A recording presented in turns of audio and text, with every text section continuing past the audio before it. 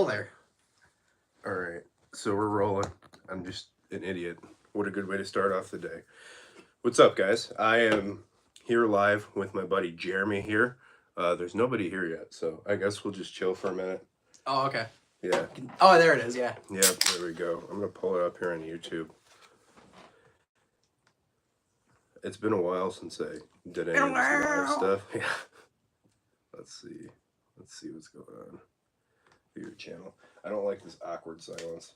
I'm gonna sit here and, dude. So this thing right here. Is your receiver just absolute garbage?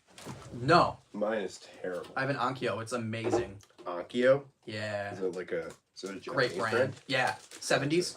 My turntable and my receiver from the 70s. My turntable's a 77, and then the receiver I think is a 79. Gotcha. 79. I have to. The only problem with my turntable is I have to take it apart and reposition the pickup for the motor. It's starting to get a lot of wow and flutter. Not flutter. Flutter? Wow, yeah, wow. The motor's not consistent speed anymore. Oh, yeah. So the Pages one is cooked. Oh, yeah. I forgot I was hoping you fixed that. Pages. That's us. I don't That's know. trippy. You have to mute that or I'm going to get confused. Oh! Someone's showing up. Hello, whoever you are. I haven't looked in the chat yet. That's why I don't know who you are. All right, live chat. I'm pulling up this thing here so I could check out the moderation. Open panel. I have to be careful about swearing, right? I don't care. Cool. I mean, I think you get like demonetized if you cuss too much. Of course, you're technically committing copyright infringement anyways by having music playing, so what's it matter? Yeah, but they're nerds. Oh, it's Paige. Yeah. So what's going on here? Can you guys get in the live chat? I'm not seeing anything. Open the panel. What is this? Oh, this is Stargate? Star Castle. Star Castle. Yeah, this is some really, really good 70s prog. You tell from the haircuts. Yeah, so actually, this dude right here, Terry Luttrell, he is the original vocalist of REO Speedwagon. Let's say it looks familiar. Yeah, and he left REO to get here. And, yeah, he started working on that. What year was that? 77. 77? So I was talking with the guy at one of the local shops, and he was telling me that he left REO to join that band or to start that band, and I'm like, I mean, that sounds like fun, but speaking about how lucrative it is, you probably should have stayed in REO Speedwagon. Oops. Yeah, for real. For real. This lag on here is insane. I don't exactly remember how to get on this live chat here. Alright. Well. That's weird. Yeah. I don't remember exactly what to do with it. Here we go. There we go. Welcome. There we are. Alright, now things should be working. Start it? I think I had to physically start it, yeah. Dude, this lag is wild to me. Alright.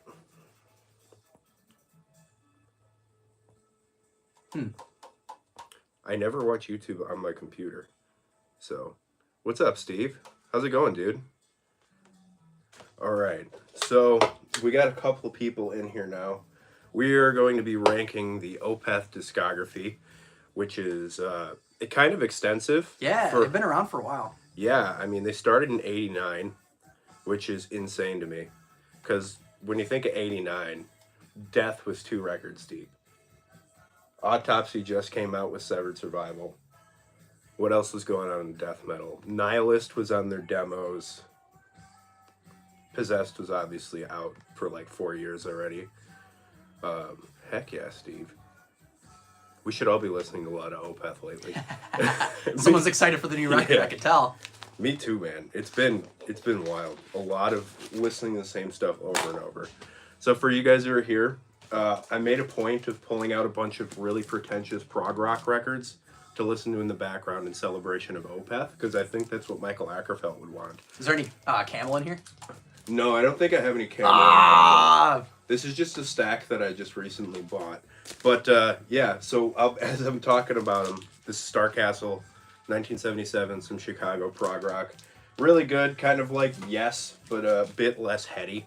If that's your style, definitely check out Starcastle. So we're going to start off from the first album and then talk about it a bit and then like say where they line up in our ranking itself so we don't have to so we don't Keep have to track like of 14. yeah, exactly. I feel like if we were like, Between oh, two. this is my number 14 and then we talk about two different albums, it's all going to culminate back into some Market rules. weird nonsense. Yes, Steve, I absolutely love it. So speaking of that, we're going to talk about Orchid first, which is their 1995 debut album. It was produced by Dan Swano and released on Candlelight, which is awesome because in '95, Candlelight was like one of the premier black metal labels. But yeah, do you want to start off with your positioning on this one first? You want There's so many good records, and I'm such a prog nerd. I hope I don't get any hate for any of these opinions, but absolutely boil us down in the comments. It's number 9 for me. I think It's a great first release. reasonable. I love it. It's Yeah, a great first release. it really is. But yeah, there's just so much to choose from that I was like, I can go a little bit lower.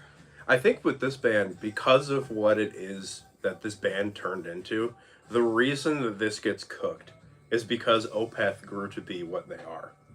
Like, if this came out as like... Like, they kind of almost started like black metal, melodic death metal, and then they Yeah. turned into a prog band, Yeah. right?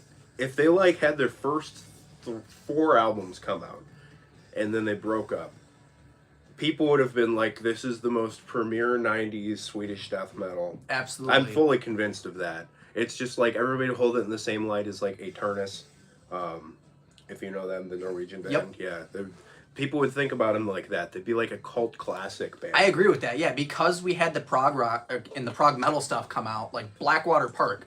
Because Blackwater Park came out, everyone forgets that like the melodic death metal thing they started out as, which would have been great in its own right if they were just a melodic death metal band. Yeah, exactly. I mean, this would have been the real deal for a lot of people. Apparently, on this pressing, this thing here. Hey, buddy, how's it going? This logo being on here really irritated the band.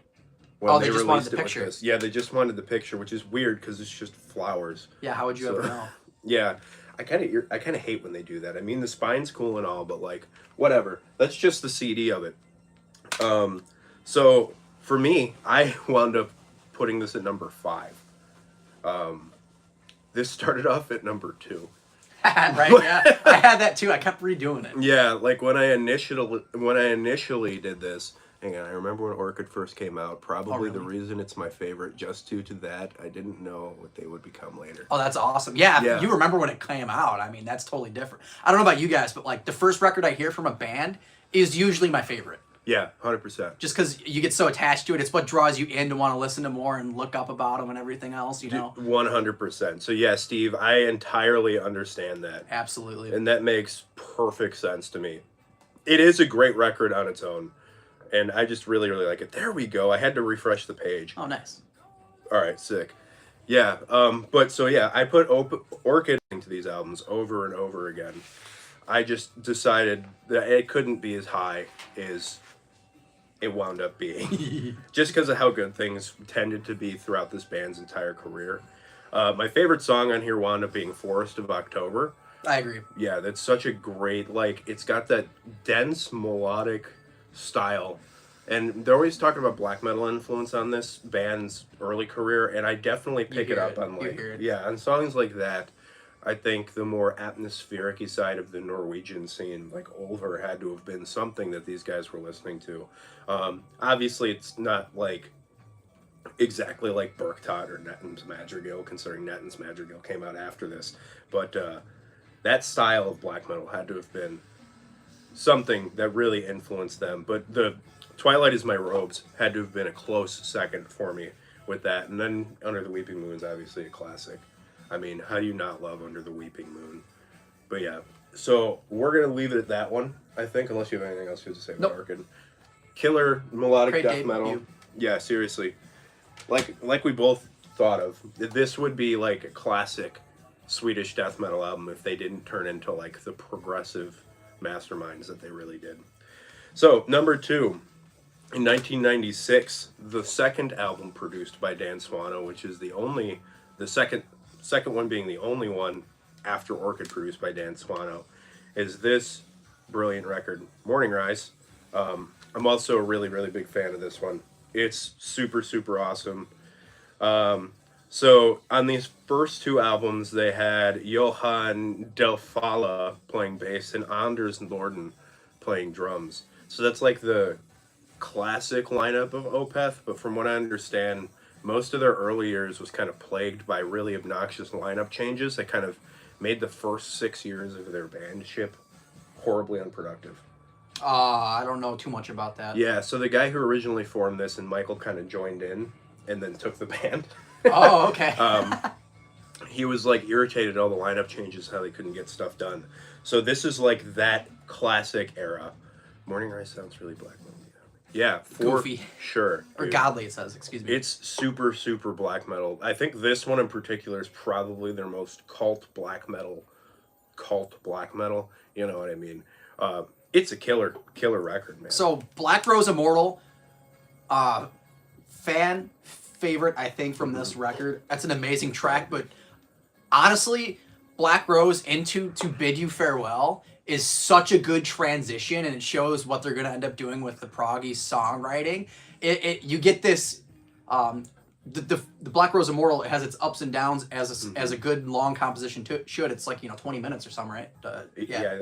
That's almost. long as heck. Yeah, but that's like the longest song. Going into To Bid You Farewell, and you get that nice come down after all that intense blast beating and everything else. That to me is just so, like, obviously you got to listen to records front to back. That's my opinion. Especially this band. Yeah. I mean, I get it if you can't always do it, but like Yeah. track 5 or whatever it is, the second 2 tracks to the end of the record. Oh, it's so good. That's something I noticed with a lot of the OPETH catalog is my favorite stuff either tends to be right at the beginning or at the end.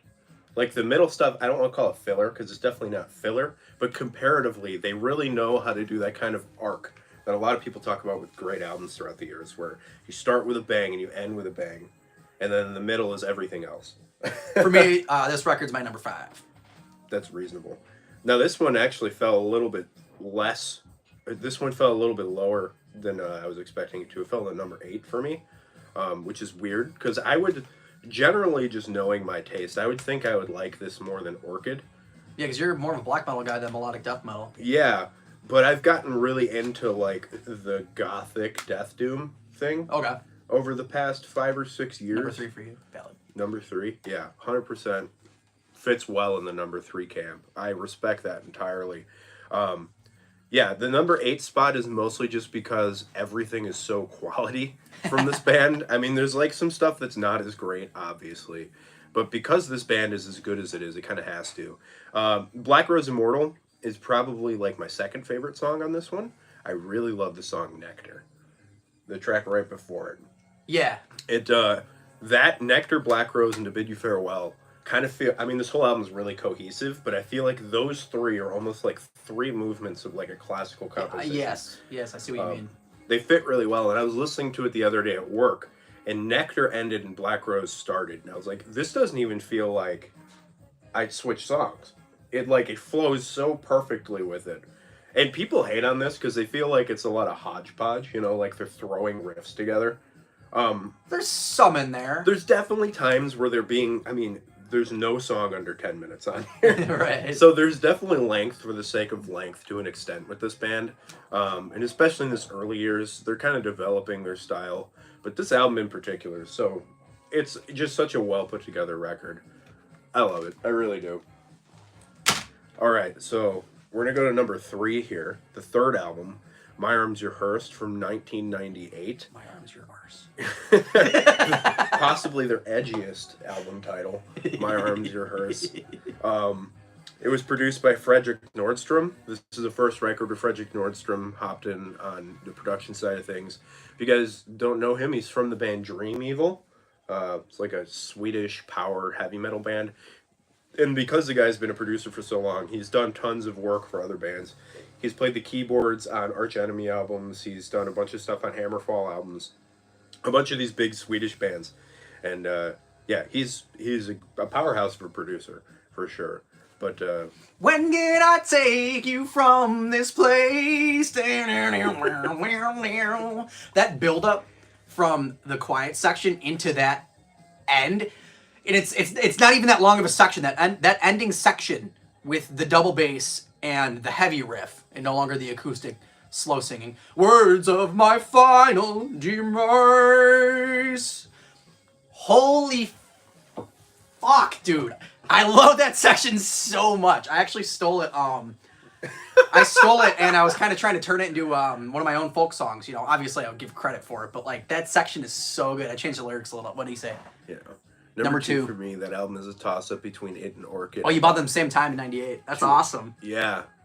So you went all in. Like, did you even know? Had you heard them at all, or you just bought 2 records blind? I want to hear this story. Yeah. Oh, he bought it with Formulas by Morbid Angel. Okay. That Steve Tucker era. Yeah, yeah. That's a wild contrast because Formulas is such like a blasty, aggressive record, especially for the Steve era. So that's cool that you had these 2 things going with each other at the same time. Yeah, this is the melodic side. That's the heavy side. Right. I mean, this album's plenty heavy too. This might be one of the heaviest. This is the heaviest I think of the first 4. My Arms. Yeah. Like of just like the death metal attack. But yeah, it's such a great record. I wound up putting this one at number 7. It barely beat out Morning Rise. For me, this ranks the same as its discography place, number 3. That fits perfectly well there too. I feel like a lot of people hold this as like a top 5er for sure. When is just such a good track. I love that song so When much. is a great tune. Yeah, dude, this whole album is so good. I really like the song April Ethereal, the first like proper song on there. The one that's right after the prologue at the beginning. My dyslexic, I always read it as April Eternal. Is it supposed to be ethereal? Yeah, it's ethereal. I think it should be April Ethereal. Yeah, April Ethereal. Oh no. Yeah. I've been reading it as April Eternal. Really, really good. For, I don't even know how many years. But yeah, this is a banger of a record, man. The album cover is cool. I'm always a sucker for this kind of landscapey, dark nonsense, and that's just probably my like taste for bedroom black metal. Of just like, you know, like cheap MySpace era black metal. But it doesn't look cheap as in the same way that some of the like later like early 2000s records kind of do when people started experimenting more with the digital art formats, you know. They have like I think like Morbid Angel, like it's cheesy and bad. Like it's good. Some of it's kind of goofy, yeah. Yeah. This one, what is the word where it's saturation on this image is incredibly weird because all the lines are like joined together with each other. Yeah, because it looks like it was a real picture and then they just messed with the coloring, right? Yeah, I'd imagine. Have you ever seen the original? The lady in the background is the drummer's girlfriend. Oh, I don't know. Oh, yeah, right here. I never noticed there was a human being in that picture. Out of all the years I've known this album, I never noticed there was a person there. I didn't know that. Who is the... Where did that come in? Who is the drummer on this record? Where? She's right there. What? There's a face. Dude, right? Ah, jeez. Yeah. That's terrifying. Dude, that's wild. Who played the drums on this one? Is this when Martin came in? I think. Might say. Oh yeah, duh. Do you know I've never bought a CD before? That's crazy. Why do they gotta put a dissertation in the middle here? Yeah, Martin Lopez is playing drums. Yeah, this is actually the first record with Martin Lopez on it, I think. Yeah, it definitely is. And it's really, really good. I know that Martin Mendez was in the band at this point, but because of time constraints, Michael Ackerfeld actually played the bass on this album. Yeah, I remember reading that. Yeah, so I would love to have heard what it might have sounded like if Martin Mendez would have gotten to play bass on this one, because he's been in the band ever since. Oh yeah. So yeah, what do you think of the Celtic Frost cover on this one? I love it. I like Celtic Frost. You know, I can't get enough. I like all 3 versions. Who else does it? Obituary? Yeah. Yeah, Obituary does it too. Well, Obituary is basically like Celtic Frost +5. In like, I don't know what From Florida. Yeah. I don't play D&D, so I don't like know what points would I need for D&D to make it heavier. I don't know. Whatever it would be. But yeah, it's really, really cool. Really cool record. My Arms, Your Hearse. Absolute banger of an album. So number 4, I fully expected to get lambasted in here, Steve. This is their fourth album from 1999, which is Still Life, also produced by Frederick Nordstrom on this one. And this is the full force of both Martin Mendez and Martin Mendez and Martin Lopez. Peter's still playing guitar, Michael's still playing guitar. Yeah. What do you think of this guy?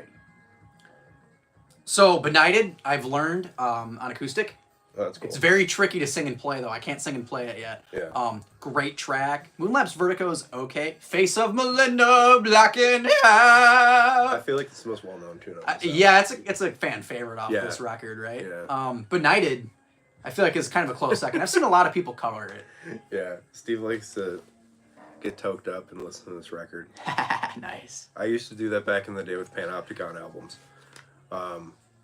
Yeah, so this album is like something I ignored for many, many years in my fandom of OPETH, right? I think there's a riff on this one that comes up in later records. I gotta think about it for a second. Really? Demon of the Fall. That riff comes up on one of the earlier records. Oh, did they recycle that one? Yeah, they recycled that riff. Interesting. I can't remember. I want to say that, and there's a riff from The More that's recycled too. I wish I would have wrote that down. I noticed that stuff right away. Yeah, yeah. Interesting. So this one, where'd you rank this one? 8. 8?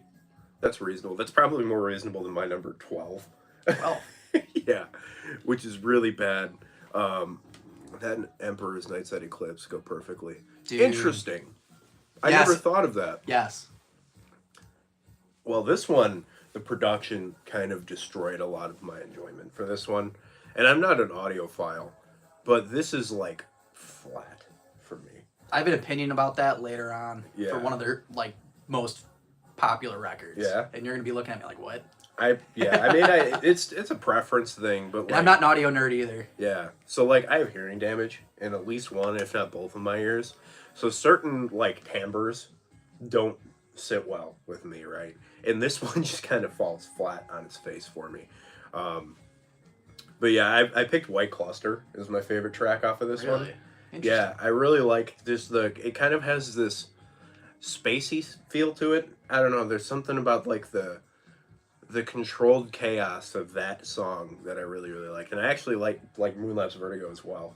I actually think like from there, Moonlapse Vertigo on Face of Melinda and Serenity Painted Death and then White Cluster is like when this album starts getting really cooking for me. Benighted's really cool, but there's something about him that just never caught me with this one. But that's just a weird thing that I've had, and I also think it's because I waited years to listen to this. Funny thing about that Benighted riff is I was just screwing around on my guitar one night, and the riff just started coming out, and I was like, wait, I know this song. It was one of those nights where somehow you just managed to figure out a song, and you can't even remember what the song is, and you're like, what song is that? And it's like bugging you for like a day or two. I love when I do that. And then I was like, oh, it's that OPETH song. I love when I write a riff, and I'm like, oh, this is really awesome, man. Yeah, and then I'm like, it's too good. It's been used. Yeah, then I'm like listening to Testament, and I'm like, oh. It's that. That happens a lot with like those kind of riffs. Yep. It's really hard to write good traditional metal riffs that aren't just like Angel Witch ripoffs. I agree. Yeah. Well, fellas, I gotta run to work. I will go and watch this. I think about showing my OPETH collection later. Yeah, Steve, for sure. Thanks for watching, for what you did. I gotta get you on one of these live streams, dude. I'll hit you up on Instagram. I want to do more of these this year, so it'd be a lot of fun. You tell me what you want to work on. We'll figure something out. Have a good day at work. Yep. Have fun. Don't work too hard. Enjoy your Saturday. So we'll leave number 4, Still Life, there. All right, now we're at the 5th album, which is Blackwater Park from 2001. So I had been hearing about OPETH for years. I'm a prog dork, but for some reason I had never listened to them. All right, this is about 2014, 2015, right? I don't know why. I just never listened. I tried once and it just didn't hit. It wasn't the right time, right? And I forgot about it. So there I am. I walk into Siren Records when they were at the old McHenry location. And I don't know how this happened. This price is unheard of then, as for what it was, and it's unbelievably unheard of now. Walked in and I saw Blackwater Park, double LP, heavyweight vinyl. And normally this guy's like he knows what he's got, and he can also like drive a bargain. Like he's kind of a pain to get a deal on sometimes, you know. Great guy, but like he knows what he's got, you know, one of those guys. $10. That's insane. $10. Yeah, $10 for this album on vinyl. Yeah, that's unheard of. For the heavyweight version, I was like, what? Okay, sweet. I bring it home. I spin it. This is right when I got my Onkyo and my, what's the Super Techniques? My 77 Techniques Oh, yeah. record turntable. This is right when I like just upgraded my system, you know? And I put that down. Oh, dude, I listened to that whole record front to back. I just sat there. I was expecting to like clean, you know, the house or whatever. I didn't even do it. I was like, whoa, what have I been doing? So all of that long way around saying that's my number one for me. It was just so groundbreaking. I feel, is that the general consensus, I think, of I OPETH think bands? most people, yeah. I feel like it's usually this one or Ghost Reveries that most people will call number one. But yeah, I mean, duly so. It's a brilliant, brilliant album. Stephen Wilson produced this one. This is finally when Stevie came in. Dearest moment in your eyes. Bleak's my favorite song on here, for sure. This wound up being a number 4 for me, which is good because it started off at number 6, which is unreasonable that I would put it that low, but that's just kind of like what I do. Ooh, pictures. I made like an initial list, you know, and then over time I just changed it up a bunch. Yeah, Bleak has got to be my favorite track on here. Yeah, you got the remaster that my vinyl is based on too, with all the same information on the inside. Oh, is that the same one? Yeah, it's got all this text on the inside of mine as well. Cool. Is it like a booklet inside, or is it like inside the LP jacket? Part of it's inside the LP jacket, and there's like some fold or pull out sleeves. Oh, that's as well. Cool. Yeah. I haven't picked this up on vinyl yet. Ooh, it's white. Yeah. I like that. Yeah, it's a really nice reissue in that digipack. Yeah, that is really nice. 21. So, Music of Nations does like a giant thing where they put their logo on the CD. Yeah, that was kind of bigger than the OPETH logo. And I'm like, look at this thing. But it looks pretty in white. Yeah, it looks really nice in white, but that's just kooky looking to me. I don't know. But that's just me. My first thought was that with seeing the Music of Nations.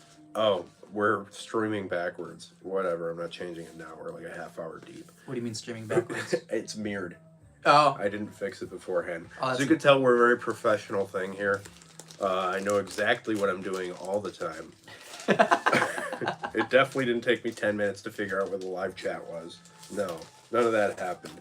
But yeah, this is a brilliant, brilliant record. I had to like fight to not put Harvest as my favorite song on here. Which one's Harvest again? Stay with me a while. Yeah. Valid. That's such an amazing song. But like when I'm talking about this era of OPETH, I feel like I need to prefer the death metal side of it, you know? The whole That's a thing's great little amazing. interlude. Yeah, this whole album is a perfect front to back album, unquestionably. And I kind of feel that way about, I would say, probably the top 5 entirely, like absolute back, just all the way through, perfect albums, if not more. Really, really great classic album. You got anything else you got to say about this? Love it. First one I picked up. Reasonable enough. So, number 6. All right. Deliverance. So I apologize for this, but like I was saying, like how the first record I pick up from a band's usually my favorite. Mm-hmm. I picked it up as the double LP. So in my head, Deliverance, Damnation are one record. I don't listen to them separate. I feel like a lot of people think that. Yeah. So I know technically they're not the same release, but Yeah. I'm gonna end up ranking them the same as one. Yeah, that makes sense. Where did they land in your exact number? Where is it? I seen. Oh yeah, number 2. That's reasonable. It was the second one I picked up. Yeah, I mean, That was $15. I had a score. You have this on vinyl too? Yeah, I had a score at Siren Records, man. I went Somebody's- back like a week later and got that for 15. Somebody ditched their amazing collection, which is just I depressing. know. Yeah, this is my number 1. This album in particular. So, okay, oh yeah, we were talking about tones. Mm-hmm. I'm not a tone guy, like, or production nerd. In fact, I have produced some of the worst sounding guitar tones in history, okay, with my old death metal band. Just a known fact. I'm not that guy, and I don't really care. But for whatever reason, when I think back to Deliverance, to me, it's like the cheesiest digital guitar distortion. Is it And then I really? listen to it, and it's actually not that bad. But in my head, for some reason, Is it digital? Or was it mic'd? Mic'd amps. Yeah, I think it's a digital amp though. Really? I didn't know that. Now I don't know if it's actually that bad. In my head, I remember it as being terrible. I'm sure when I listen to it, I love it, and there's nothing wrong with it. For whatever reason, I have that just like bias in my head. Yeah. Don't ask me why. I don't know. It's like when like a drum machine is almost distracting because you know it's a drum machine, but if you didn't think about it, you wouldn't notice. Yeah. I get that when I'm listening to slam bands sometimes. Sometimes a little over the top on those. Like the Tish can do it. Mortician can do it.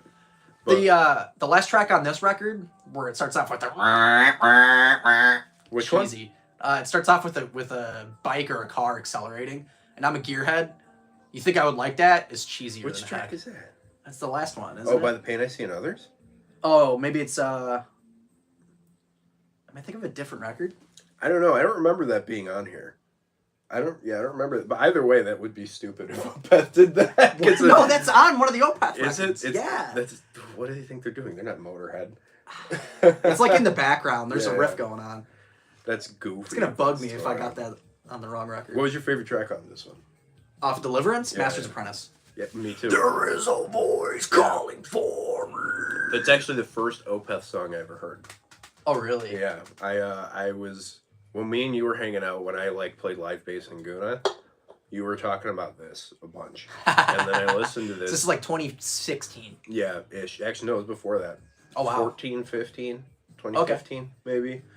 Yeah, because I wasn't graduated high school yet. I was still in high school. And yeah, you were talking about this, and then I would go watch the Master's Apprentice live at Vakken. Dude, I've played that video so many times. Yeah, the one where he's making everybody headbang to no music. It is absolutely hilarious. What's up, Melancholic Spirit? I'm doing good, dude. How about you? Thanks for joining. We appreciate you. Yeah, but Deliverance is easily my favorite OPETH album. It's just perfect. It's a perfect album. I think it is the objective heaviest album they ever put out. Absolute, Wreath, the opener Wreath, is just vicious. Watershed's really heavy. Watershed is a banger of a record. Absolute banger of a record. But the sludginess of Master's Apprentice is amazing. Obviously everybody loves Deliverance. It's when we saw OPETH last time when you couldn't make it, he's this song is our breaking the law. but it's almost 15 minutes and never got played on the radio. And then they started playing it. That's hilarious. They did the Master's Apprentice? No, Deliverance. No, yeah, it was Deliverance. I wish they did Masters. Which track is... There's a song called Deliverance? Yeah, the dun dun dun. Oh, yeah. I'm bad with song names, so... Oh, yeah. I mean, it's a banger. That's that's usually how they end their sets these days. Cool. At least from every show that I've seen, and I've seen them 3 times. Yeah, the Sorceress, Venom, and the newest one, Tours. Just amazing. Perfect album. This is my favorite death metal album of all time as well. Wait, really? 100%. This is my favorite death metal band. What? Yeah, I thought for sure your favorite death metal record would have been Where the Slime Lives. Oh, actually, that wouldn't even be my favorite Morbid record. What? I don't even know you. My favorite's Gateways. Gateways? Yeah, Valid? that's not even the original era. Not even the David Vincent era. Interesting choice, but valid. I mean, Morbid Angel rules, right? Yeah, when we saw them, they played no Vincent era stuff. It's a tie. This guy's got a tie. Valid.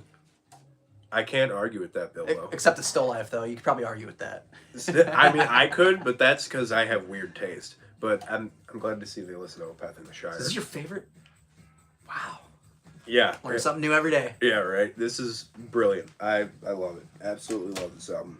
So, number 7 is the companion piece that came out 8 months later, Damnation, the first not metal record in the OPETH catalog.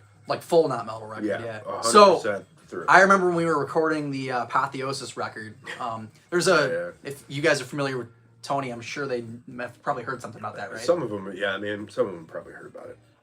So there is a version with all live instruments. The only thing we needed to finish was some of the drum tracks. Drums, yeah. We I recorded that, and then they went on and did the later production of it, which the EP sounds better. I don't know, it's a drum machine, so. Yeah, it's true. That's true. I remember I was mix the guitars and vocals from that recording with the drums of mine, and then you got live drums. You got a thing, make right? it happen. But so what I remember with this is we spent the entire summer. They would show up at my grandmother's factory. I would get off my day job, and we would record in the back of the factory in a plywood box, right? And we did that for like about a year. It was a great time. Some great memories. That's when we like really became friends. Didn't you guys almost get trespassing tickets? So that's what I was gonna tell. That's what I was, we would across the ways behind an old factory that produced the large concrete pylons and stuff. That place is closed down. They're open back up now. We would walk through there to get into the forest preserve because we're not going to go down the highway for like 30 seconds and then go to the park, right? We're just going to walk over, have some smokes or whatever, right? One time we're walking back there and a police officer, I mean, he took this turn at every bit of 40 miles per. Slams on his brake. It's a gravel road and like almost slides into us. There's dust everywhere. Screaming at us. And I'm like, whoa, whoa, whoa, whoa, whoa. Officer, calm down. Like, I know I got long hair, but dude, it's not that serious. And he's like looking at me like ready to grab the thing and beat me to death, you know? Yeah. You weren't with us this time. This is one of the few Fridays I didn't make it there. Yeah, okay. It was one time he wasn't with us. But I'm like, listen, my grandma's in this industrial park. We're just on Smoko, and we're gonna go over to the nature preserve there. But so, anyways, we used to walk over to that nature preserve. There was a big old hill and stuff. And I guess one of these times I was talking to Tony about OPETH. It must have had an effect because all of a sudden we're walking through the woods, and Tony's got a great voice, and he's got way better pitch control than I got, and he's home. Speak, my child. And he starts serenading us with, what track is that? Is it Death Whisper to Lullaby? Yeah, he starts serenading us with that one. That was hilarious. It's a banger of a record. Yeah. Yeah. So, taking a 5-minute break here, if I'm being completely honest, I never got into OPETH. Where should I start? What do you like? Yeah, it depends on your taste. I see your Agalak little circle icon thing. I see it too. So, knowing that, I would probably say just go straight for Blackwater Park. But if you're like not getting down with the prog death thing, just listen to Orchid. Since you like Agalak, I presume you like some like really melodic atmospheric stuff. Orchid hits hard on that.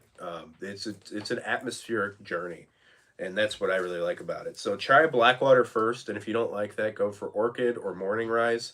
And I think that should do it for you. If not, I don't know. Maybe just skip around a little bit in that early era, just because I presume you'll probably like something in there. All right, what do you got? So this is the next pretentious prog record we're going to listen to. It is an album by a guy named Jimmy Spheris, and the album is Isle of Views.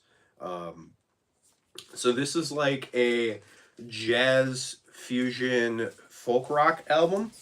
So it's not prog technically, but when you say jazz fusion, there is a strong connotation to kind of the progressive sphere.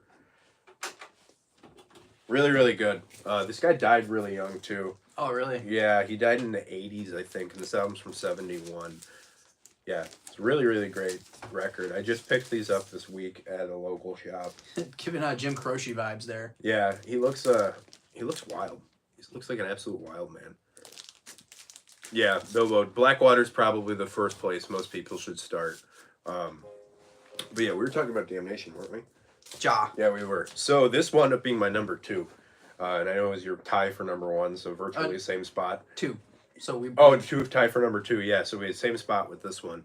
I love this album front to back. This is something I put on when, like, I'm in the car with my wife, and she's not wanting to listen to metal, because she never wants to listen to metal. Does she probably likes that record? Yeah, so funny story with that. Like, we were in high school together, and we went to a tech campus, so we had to get on a bus when we got to school and drive 40 minutes-ish away. And I would always just bother her, just because I wanted to.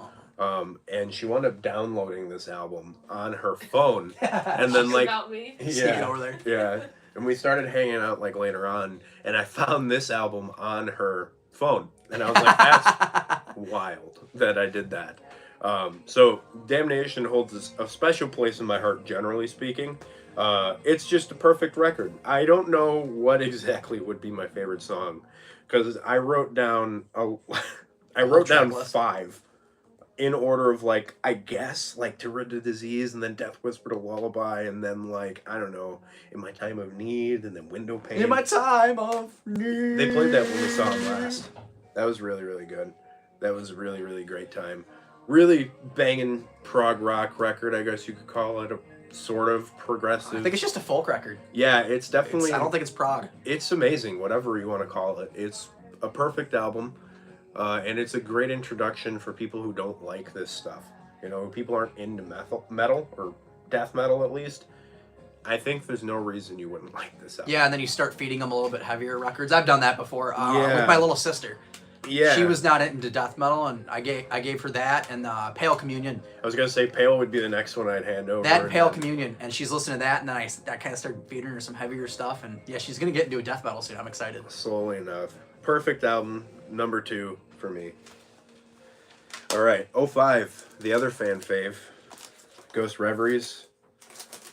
This is produced by Jens Borgen, which I didn't really write anything about him. So if you guys know anything about Jens Borgen, put it in the chat. I will say I do quite enjoy the song Window Pane. Absolutely. Window Pane's brilliant. That whole intro to that album, dude, the melancholy of that album is amazing. The whole, like, bitter pain of that whole album, of Damnation, is just unreal. I know it was like a product of like familial issues with Michael Ackerfeld or something. Oh, somebody in his family that checks died. out. Yeah, and that's kind of like what he did there. But dude, it's so good. I really love it. All right, this one, the intro track, Ghost of Perdition. Wow, does that go hard? Yeah. Oh my gosh! And you can hear the where you take the two microphones, the SM57s, you do that with them. That Swedish technique, Frederick miking, is that what it's called? Is that a Swedish thing? Yeah, it's a Swedish thing. They developed it. Clayman. I hate that album. You hate that album? That's the time I stopped liking In Flames. Anyways, you can really hear it on that. It sounds awesome. Ghost Perdition's great. Banging the Hounds, cheesy. I don't like that track. Really? It's kind of goofy. Bringing on the Hounds. So like this whole thing is like a concept album of someone getting possessed from like messing around with the occult. Yeah. So that mixed with like songs like Bang of the Hounds makes you think of the TV show Supernatural. You ever watch Supernatural? Yeah. I can see that. Yeah, because they're always talking about this kind of stuff, and it's like stupid demon fake lore, TV lore. So it's like, this is Supernatural. Opeth did a Supernatural concept album. I'm convinced of it. Changed my mind. Yeah, called Sam and Dean. But this is great. It really is. It's really heavy. The production's good. It sounds really, really good. I mean, the production brilliance really started with Blackwater. That's when it started sounding really, really good. And I was really surprised about that because Steven Wilson, not being a metal guy, I mean, loosely, Porcupine Tree gets kind of heavy. But most people would consider them a metal band. I mean, regular people would consider them a metal band. Anyone that listens to metal wouldn't, but you know. Yeah, but they're definitely heavier than most. Oh, yeah. They're not Yes or anything like that, or Caravan. But yeah, this is a great one. I wrote my favorite song on here as being The Grand Conjuration. That one's awesome too. It's so good. And then Ghost River is my second favorite. I gotta love it. And then Bang of the Hounds, which is funny. A big problem for me with this one is when you get into Reveries / Harlequin Forest and Hours of Wealth. I know that they're trying to like lay back with the sound a little bit, right? But it kind of ruins the immersion a bit for me. Because this song, the whole album has like a good flow up until you get to that point. I might be wrong on that because it is a taste. It's 11 for me.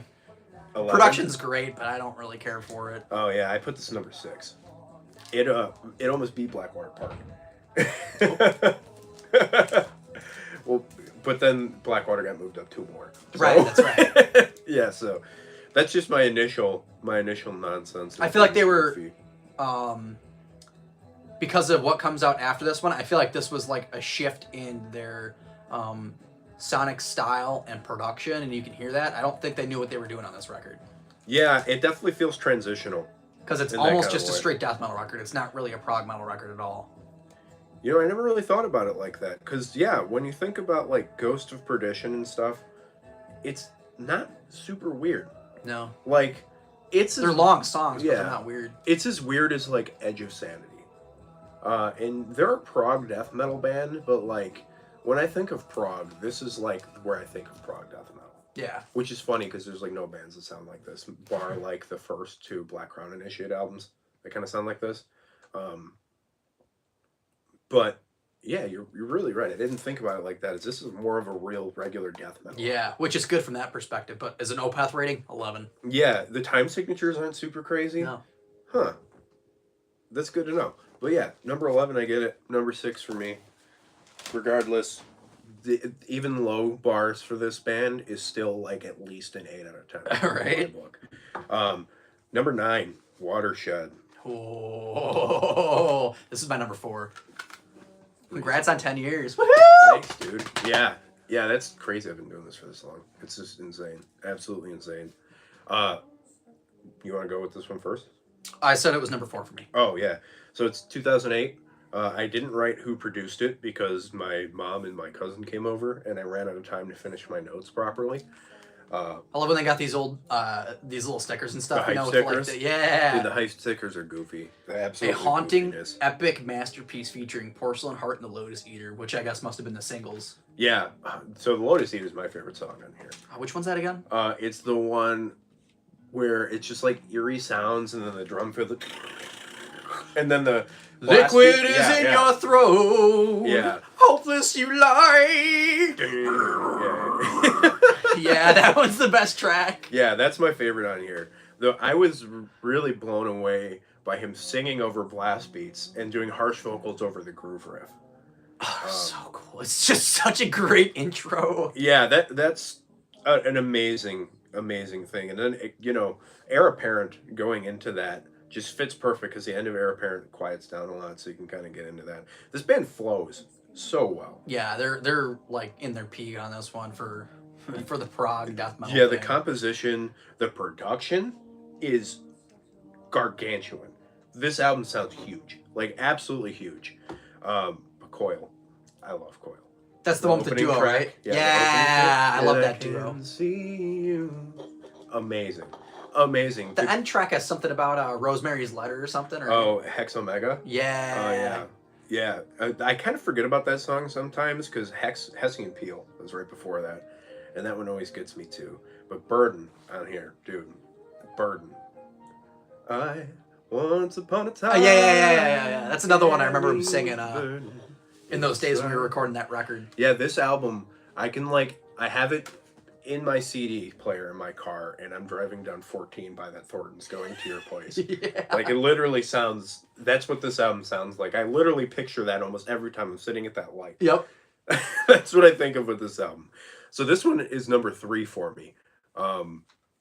It hit really, really hard when I first heard it, and this is one of the first albums that I heard from this band as well. It's just brilliant. It's a perfect album, I think. So the perfect album measure keeps coming up higher and higher. It's so good, and this is like the end of an era for 2008 with this band. I love that they named it that too. What? You can't be like, Yeah. I didn't know what was coming. I mean, they called it that. Yeah, It's like an I know you don't like them, but people were harping on Death Heaven for putting out that what's the style? like the Black Gaze thing. Yeah, no, 2020. Like that goth record. They put out a goth record in 2020, right? Yeah. And people were like really mad about it. And I'm like, dude, they went on tour with Drab Majesty twice. I saw them with them. Why are you shocked by this at all? It makes that's not perfect sense shocking. that was coming. They were on tour with a goth band already. Yeah. Who do you think? Who are they touring with for this? This is before our time. I was 10 years old when this album came out. OPETH? I don't know. Yeah, I have no idea. You would have been only a couple. You would have been 12. So I'm sure you weren't going to OPETH shows at that. Oh, age. 8? Yeah. Yeah, 08. This was not. My dad liked them. That's sick. I wish my dad liked this. This doesn't sound like Elvis. My dad's not interested. I remember him saying something about in passing he had picked up one of their records. Dude, that's I don't remember which record it was. That is wild. All right, so number 3 for me. What was the number for you again? 4. Number 4. Duly high, I think, for that one. All right, I'm going to leave you with this for a second. I was running out there, grab something to drink, and wash my hands and all that. All right, so stare into the camera and don't say anything and just make it really awkward. All right, no problem. So I love the artwork on this one. Here we go. Trying to get the glare out of it. Their heads up there in the Christmas tree. Creepy. And then the village burning in the background. super nerdy with like Satan coming out of the ground. Fun stuff. Is this really the next one? 2011? Yeah. Wow. Yeah, you're right. That is the next one. So this was my first new OPETH record that I got. I'm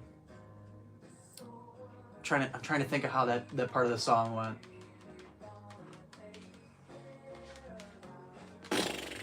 I'm drawing a blank. I can't remember the melody.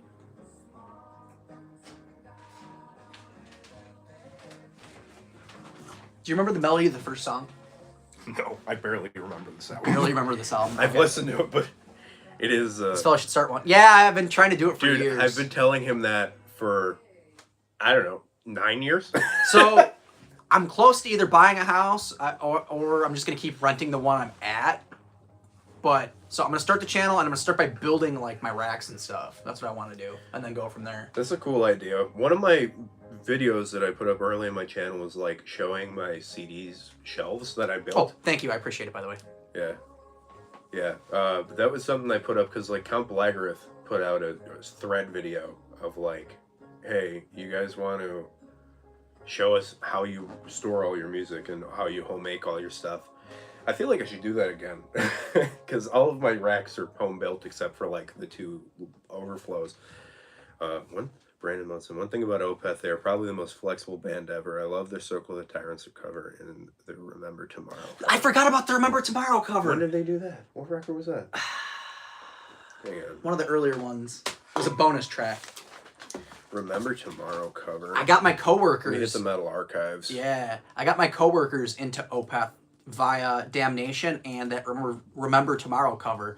That was in the quality lab specifically. We spent a Saturday listening to OPETH. They were skeptical at first because they're not like metalheads, but they actually really, really enjoyed it.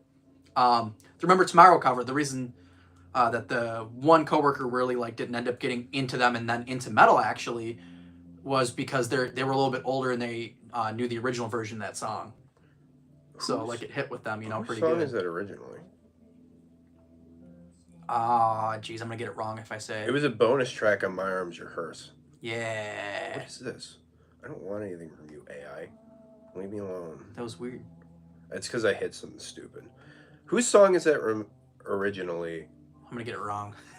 It's on the Upon Iron compilation. Okay, Upon the Irons compilation. Okay. Why didn't I remember that?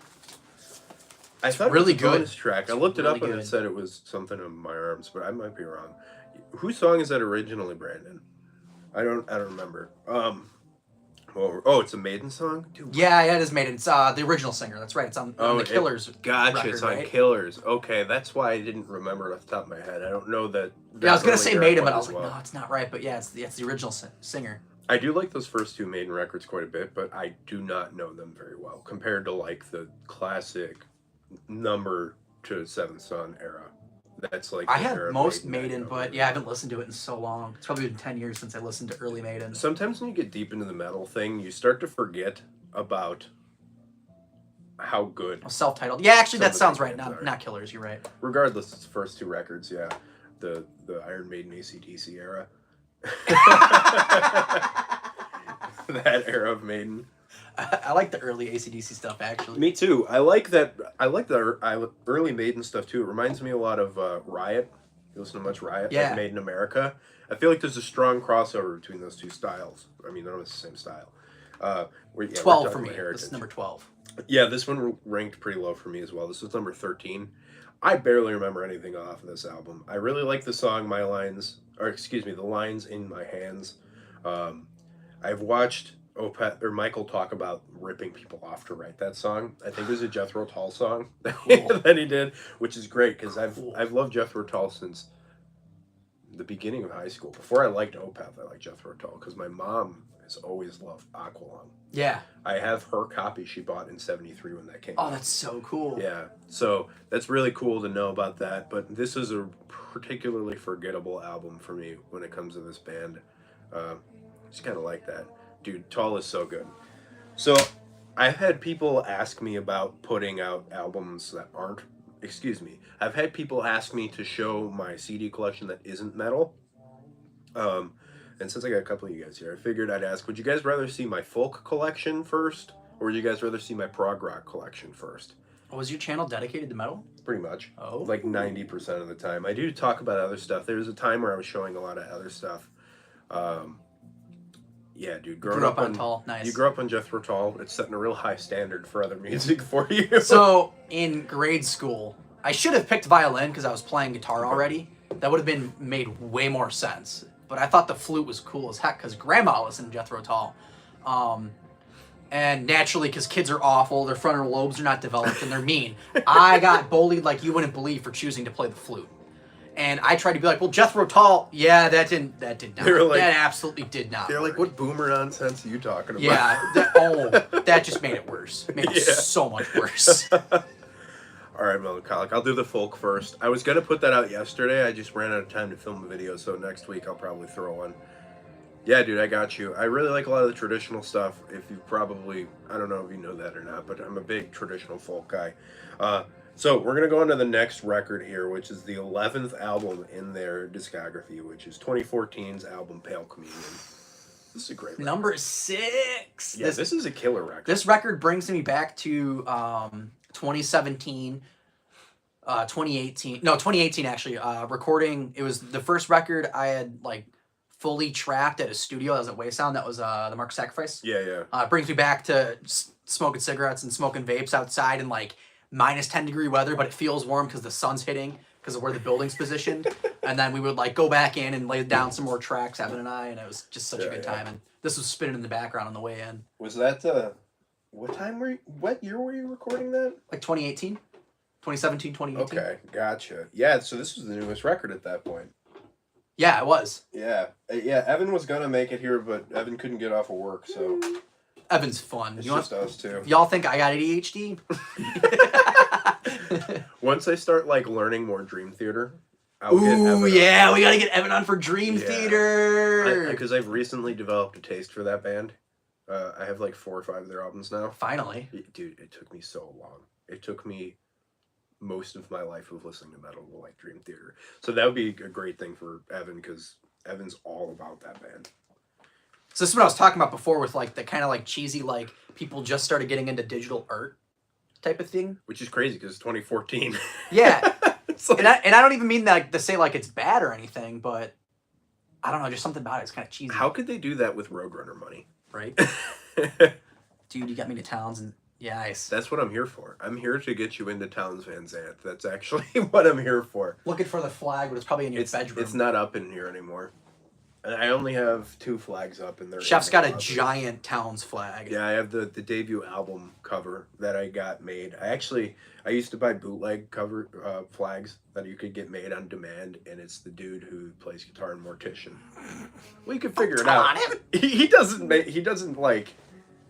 All right. Mum's the word, as you said to me, and I still spread the word because I didn't know what you were talking about. That did happen. Yeah. But Pale Communion is a banger, dude. It's a great atmospheric journey. Eternal rains will come. So that was my little sister's first OPETH track, and that's when she got into them, and then is now getting into death metal. It's awesome. It's a crazy thing to start off with this band, isn't that? She likes prog. She grew up on prog. So it's just a familial thing for you? Yeah, it is. That's kind of weird. That's funny. We got a bunch of prog dorks in the family. I never thought about it. That's sick, though. Yeah, because Grandma liked Jethro Tull, and that's prog for the time. Yeah, it's pretty progressive for sure. Yeah. Now that I think of it, my parents kind of liked it too, because my dad was a big Edgar Winter guy. Oh. Which is weird. My dad's like Elvis and Edgar Winter and Three Dog Night. Elvis and Three Dog Night are not prog. No, not at all. But yeah, Edgar Winter's weird. It's quite odd you got me into folk and more black metal. That's basically like a definitive statement about my personality is folk and black metal. So, yeah. What our band's first record, the first full length before you joined, I did like blackened folk music instead of folk black metal for the second half of the Starborn Path. Oh yeah, that's right. Yeah, I'm actually gonna redo an EP with 1 or 2 of those tracks and then some new stuff for that. I actually want to do a cover of Towns' Our Mother the Mountain. Yeah. And Path 3's Man of Iron.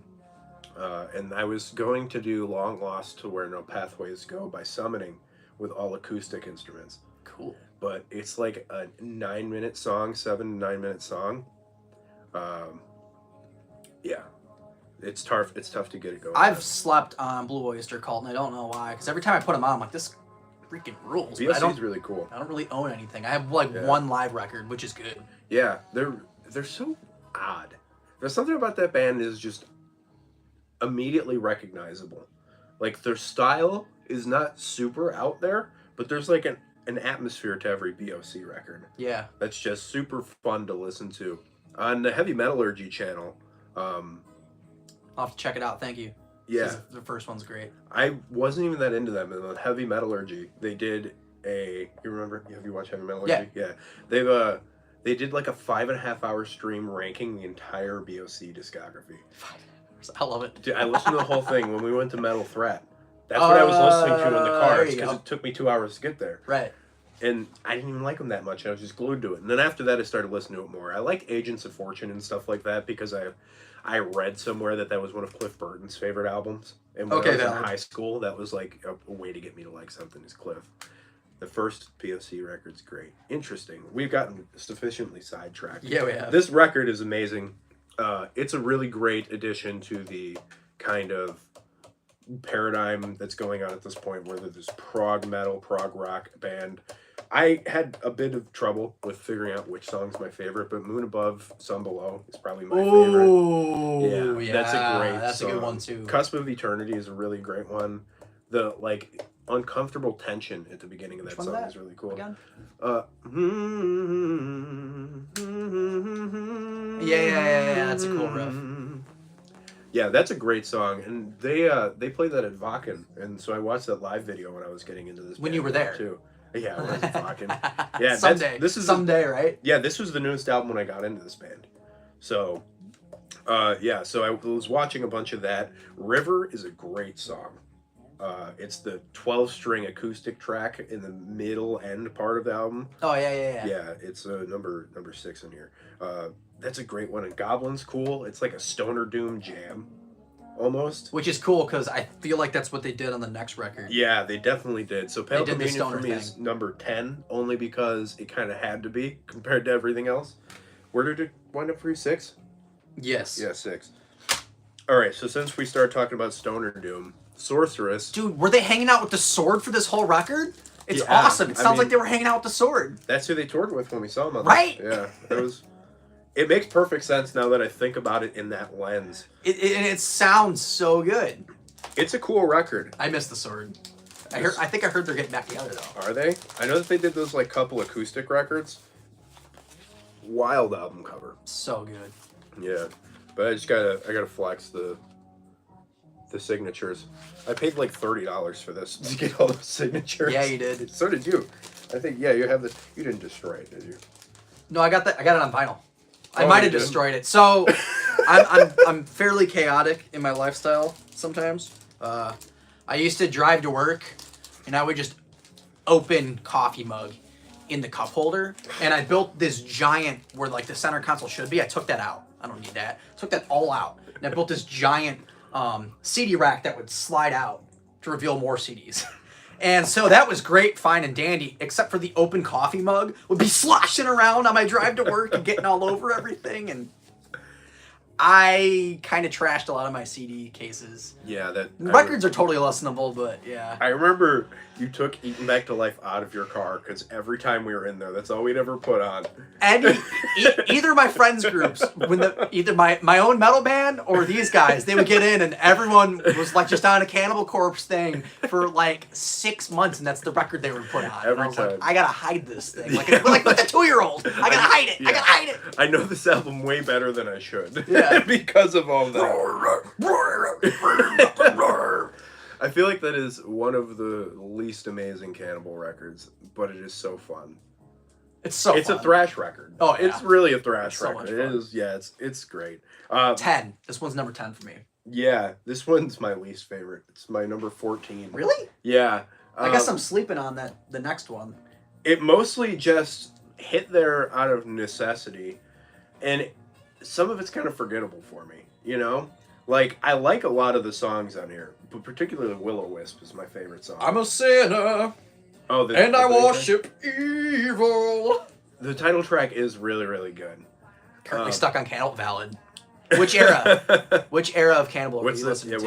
What's the Cannibal of choice, Brandon? We'll let him do that. But yeah, I don't dislike this album by any means. Like, putting it at the end, for me, it's still a great record. I really like it. Strange Brew is a really cool, like, psyched out song. Remember when we were thinking it was going to be a Deep Purple cover? Oh, the Cream cover. Or a Cream, yeah. Cover. We're like, dude, are they going to cover a Cream song? That would have been wild. That would have been cool. Because Cream is just Cream. It's a blues rock. We talked about that for like, I don't know, 20 minutes on the way down to see them on this tour. Yeah, and it didn't happen. Oh, and I know you're not one of those guys, but the music videos that came out with this, they're so awesome. Not even music videos or whatever you. I saw the Sorceress visualizer. Like animation. Yeah, the animations are amazing. Yeah, it's I remember watching it live. Which theater was that? Downtown Chicago. What was? Where did we? It wasn't Metro. Where? That was the Chicago theater, I think. No, because we didn't sit when we were seeing it in Chicago theater. We were in the pits. Yeah. Yeah. Anyways, the visuals were so awesome up on the screen. Yeah, because we met that dude from that Black Thrash band. Underage drinking. You know. Oh, Brandon's on Worm Infested Vile and Chaos. Vile. Worm Infested is the most despicable album cover of that band's whole discography. I don't remember which one that is. It's the EP. It's just gross. I don't even want to describe it. Okay. Vile is an amazing record, though. Mummified What a Barbed great Wire. debut for a new singer. Yeah, Vile. dude, that opening track with Devoured by Vermin, that scream, that's like the second best scream in metal. It's amazing. It's so good. It's so good. I think the first one has to be Martial Arts by Razor. You ever heard that song? No. Sheepdog does a scream that is literally 25 seconds long. Oh, yeah. Like, insane. I've been shown that. I've never listened to the band, though. I don't know anything. Razor's great. It's like speed metal mixed with like the feral side of thrash.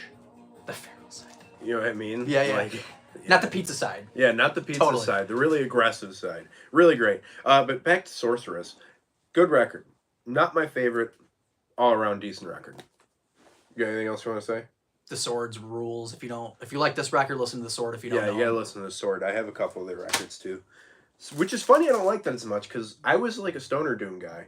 That was like my... That's why I was kind of shocked where it was on your list. Yeah, that's like my initial thing of loving metal myself. Like hearing metal with my brothers when I was a kid. I heard like Metallica and Anthrax and Slayer and Motorhead and Priest. But like when I got into it, it was Sabbath and Witchcraft and Pentagram and all those kinds of bands. Classic skateboarding music. I don't know Literally, what it is. just absolute dirtbag skateboarding music. It's because it's Deathwish guys. Yeah. All the Deathwish and Baker guys were like... It's like between that and punk rock, right? Like you pick the two. The Zero team and the Deathwish team. Yep. So this next one's really awkward because I didn't find out about it till like this morning.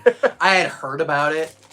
I guess I just didn't know it was out. I don't know what their media campaign was up to because I didn't hear anything about it. No one talked about it. It got ignored really, really bad. Their PR team honestly dropped the ball on this one. Well, it's really out on bad. Atomic Fire. I don't even know who that is. Yeah, I don't know what was going on with this one. It sounded like it was really good. I only have one listen on it. So for me, this is dead last. Oh, it's a German record label. Ja, gerne. Was ist die an? Wo sind sie? Modern Bloget Records. Atomic Fire. I don't know. But yeah, so In Caude Venenum, the first Latin title of which apparently Michael has been chasing for years for this band. He's like, I need a reason to do it. Yeah, which is funny because there's no Latin on the whole record. They sing the album in Swedish, and then they sing the album in English, and then there's the 2 discs to choose which one. Which, I remember hearing about that, but probably from you. Maybe. But, like, I barely listen to the Swedish one, right? Is it the same tracks just in Swedish, or is it different tracks? It's the same tracks in Swedish. Oh, cool. And I think he composed it in Swedish originally, if I'm not wrong. But I bet he was happy to finally have a fan base big enough to do that. Yeah, I mean... Being a native Swedish, speaker, yeah, I mean, probably wants to do it that way. It seems as if they were never that afraid for whatever reason, you know? Like, they were willing to just drop metal multiple times. That's true. Which I have no idea how they just weren't terrified of ruining their career by doing that. You know? Like, Damnation, in the middle of Deliverance, and Ghost Reveries. Just toss like a folk proggy record out. Like what? I don't know. Well, to quote Michael, I'm gonna say it wrong because I don't speak that language. I'm gonna Dordas Sweden. I'm a genius when it comes to writing music. yeah, exactly. Oh, he's so entertaining. That's why we're listening to pretentious prog records. It's to celebrate Michael Ackerfeld's attitude. I thought this was a really good record. I gotta spin it more. I slept on it. I don't even own it. Oh yeah, it's a good record. It's number 11 for me because of also my lack of familiarity with it. I think I've only gotten all the way through this once. And I was really, really impressed with it. I thought it was better than Heritage immediately. But it's a great record. It's got a good amount of heaviness to it, and the contrast in the songwriting is very interesting in a way that seems like they're building back up. Like, I feel like their least heavy of the New OPETH era was Pale Communion. Oh, yeah. And then Sorceress was this weird, like, I'm going to put stoner in prog metal. This one seemed like it was pretty heavy from the one listen I got through it. Yeah, it's a lot heavier in knowing the newest album. Which is funny because everyone was like, oh, we're so back, boys. You know, like, OPETH is so bad. And it's like, I don't know, that one seemed like it was pretty heavy to begin with, but maybe that's what I'm saying with people sleeping on it, you know? Yeah, and watching interviews, Michael said that he didn't put death growls on this because he didn't think it would fit over the riffs.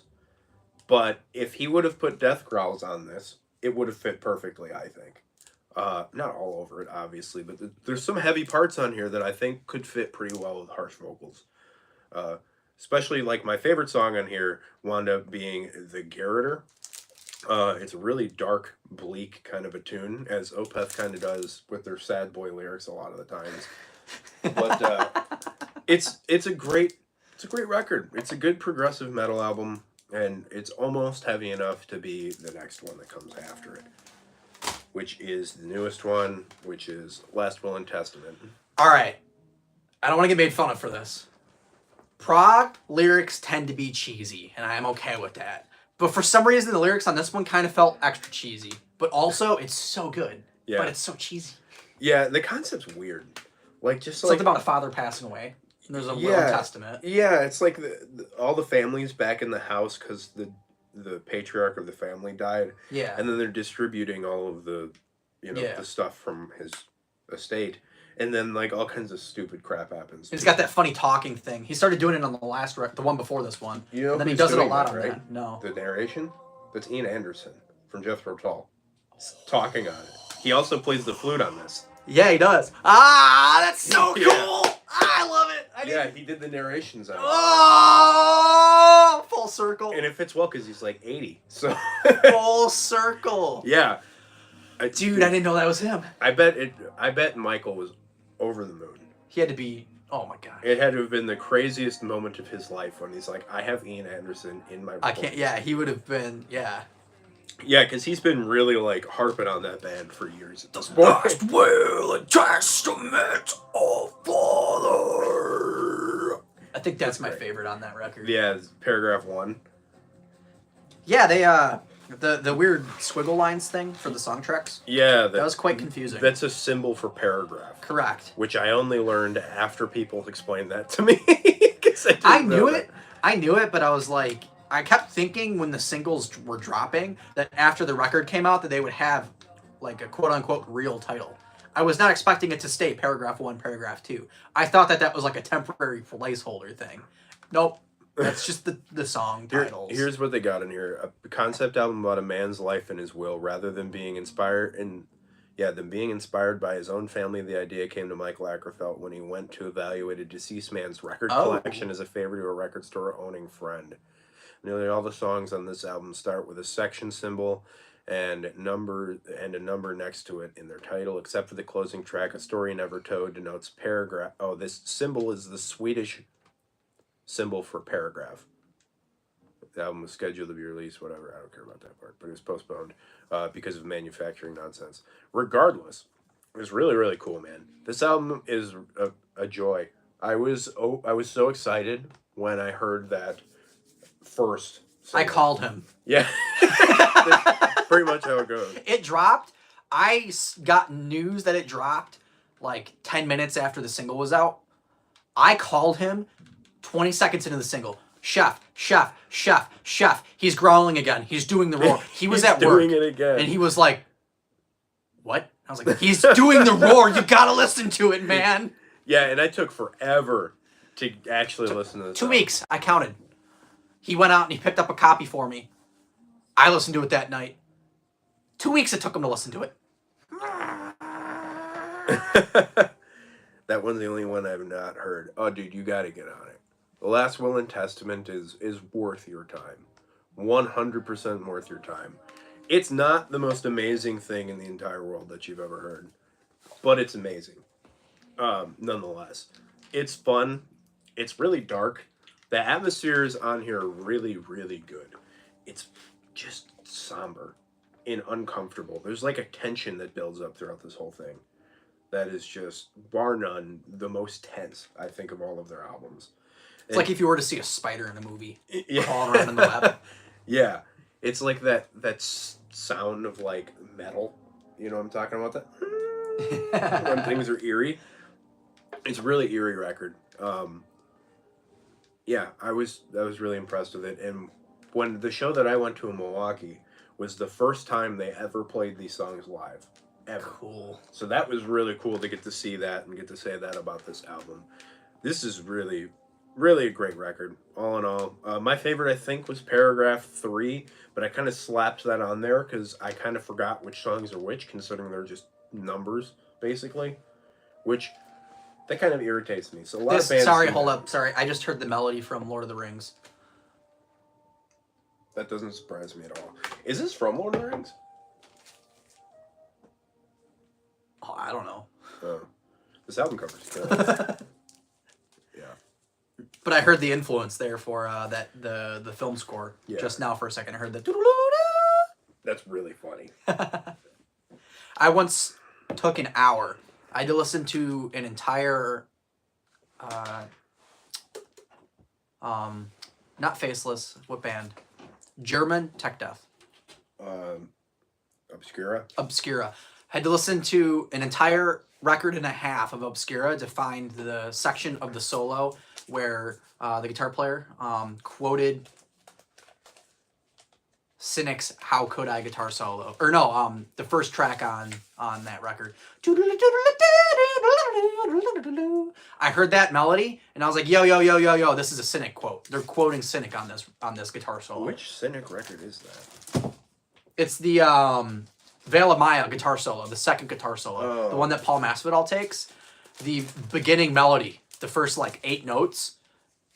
I heard that played on a Faceless record. I had to find that melody and show my friends that they played it. I think you were there.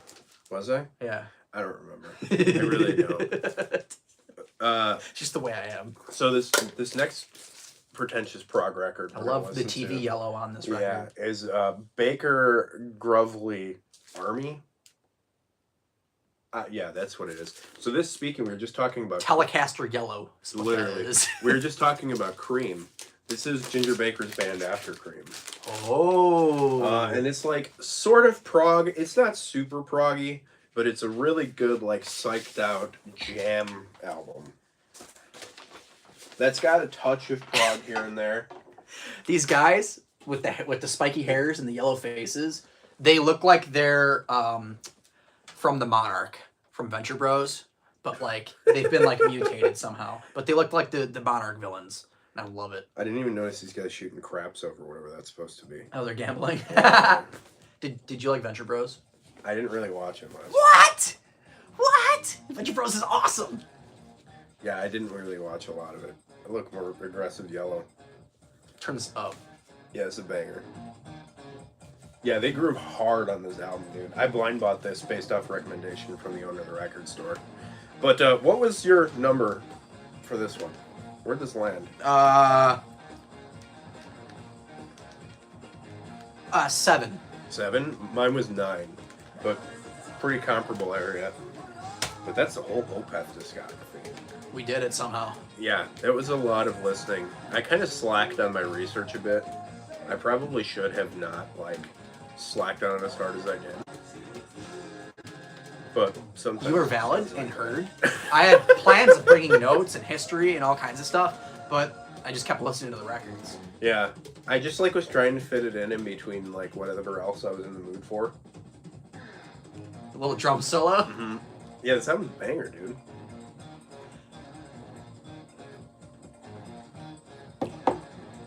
Yeah, this was a good blind buy. It was worth $12. Random. Absolutely worth $12. Yeah, it's got like this spacey atmosphere to it, but it also kind of reminds me of like Robin Trower. You listen to much Robin Trower? I gotta write this down. What's this called again? This is Baker Galvady Army. Elysian Encounter. 1975. Elysian Encounter. Yeah. Well, we won't keep you guys any longer than we have to. We appreciate the guys who came in here and hung out with us. It was a really, really fun discussion. We're glad. I had a lot of fun. Thank you for letting me on, Chef. Yeah, for sure. We got to get you back on sometime too. Once you get your friggin' channel rolling. I know, right? 10 years now you've been telling me. It's only been 10 years of my viewers saying that you should probably. I have a lot of fun start a whenever I'm on channel. with you. It's a good time. I mean, at this point, we're just screwing around doing nothing. So, anyways, adios. Later, I gotta figure out how to turn this off.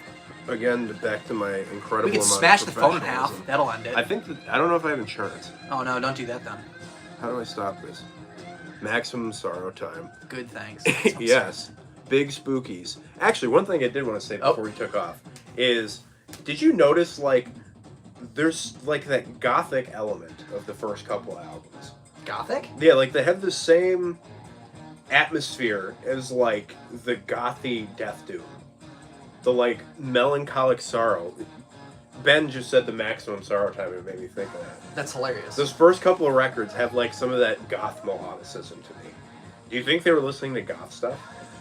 Well, I don't know, because when I think goth, you know, I'm still thinking like Cure, Smiths, Yeah, I think of like Sisters of Mercy and the Fields of the Devil. Peter Steele. Yeah, Yeah, Sister Murphy. Okay, valid. I feel like that's a beloved thing in Sweden. I don't know. I can see that. Right. I don't know enough about either of those topics to know. I don't either that much, but I only listen to OPETH during the winter and fall. Valid. Now, those like early records are great fall records. Especially Orchid. That's like a leaves changing album for me. Absolutely. That always comes into the car at the same time. Pale Communion's Spring. Yeah, Pale Communion's got like a liveliness to it. Yeah. Is that how you listen to your music? I didn't think about it till just now. Yeah, it probably totally is. Yeah. I definitely like to. I listen mostly for the atmospheres, as opposed to like the actual themes. So something I noticed, like when me and Sam would talk bands. Yeah, you're totally right. That's totally a thing I do. I didn't realize it. It's just a difference of listening habits, I think. There's a forest trail near my place, and I just walk through it blasting Blackwater Park. I love that. That fits perfectly well. Is there like a watering hole in there? Watering hole, like a lake Is or there a a pond creek? in there? Yeah, you got a creek in there. It fits really well. That stuff fits really well. But like when I was talking with like Sam about different bands, I would be like, "Oh, this band is great Floridian death metal," and he'd be like, "Oh, dude, I like whatever. I like Morbid, or." Obituary or whatever, and I'm like, but have you heard Brutality, or have you heard like Revenants? And he's like, I just like Morbid Angel, and I'm like, but it's more of that style, kind of, but not really at the same time, and it's goofy. I don't know, but dude, I'm surprised I haven't gotten into OPETH because I love Agalloch and I hear they're similar. I could definitely see that. Agalloch is one of those like genre overarching bands. Have you spent much time with Agalloch? They're awesome. I need to buy more stuff. They're one of my favorite bands too. Agalloch and OPETH are top fivers for me. I don't know enough to put them that high, but I know I will once I buy their stuff for sure. Yeah, knowing your taste, I would probably go for the Manic first. Yeah, that record's awesome. Yeah, that's like the fan fave. I think it's an amazing album. It's like my fourth favorite. Well, alrighty. But yeah, all right. So thanks again. Oh yeah, appreciate you guys. Have a good one. I think I'm doing this right.